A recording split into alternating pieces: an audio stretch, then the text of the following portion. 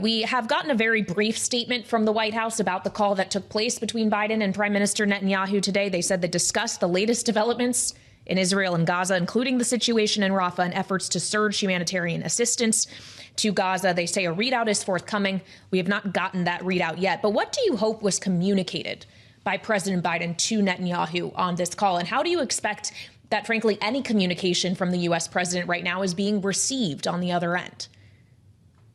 Well, there are two sides to this at the moment. So on one hand, what President Biden likely did was he had to do a little bit of damage control following Schumer's statement in particular, because for Schumer to go out and say toward a democracy, toward a country that is an ally of the United States, that new elections are needed.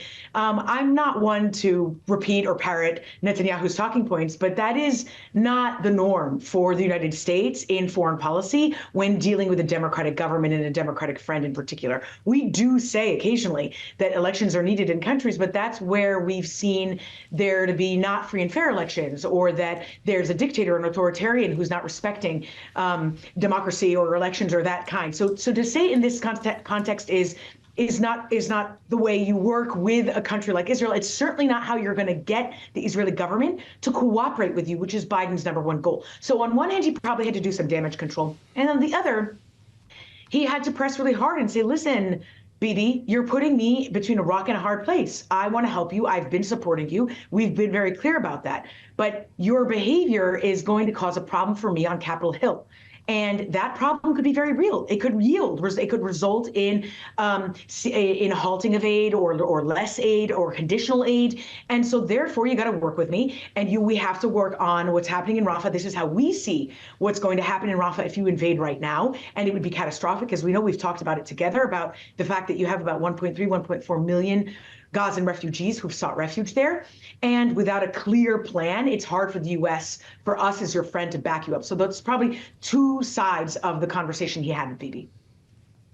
This was in the air yesterday at the White House, Hagar, during the St. Patrick's Day celebration. The Prime Minister of Ireland spoke about this publicly while he was with the president, speaking with reporters. He said, quote, "The Irish people have such empathy for the Palestinian people," unquote. And the president said that Taoiseach and I agree about the urgent need to increase humanitarian aid in Gaza and get the ceasefire deal. Is that what led to this phone call this morning, when Benjamin Netanyahu is hearing about conversations like these that the president is having openly?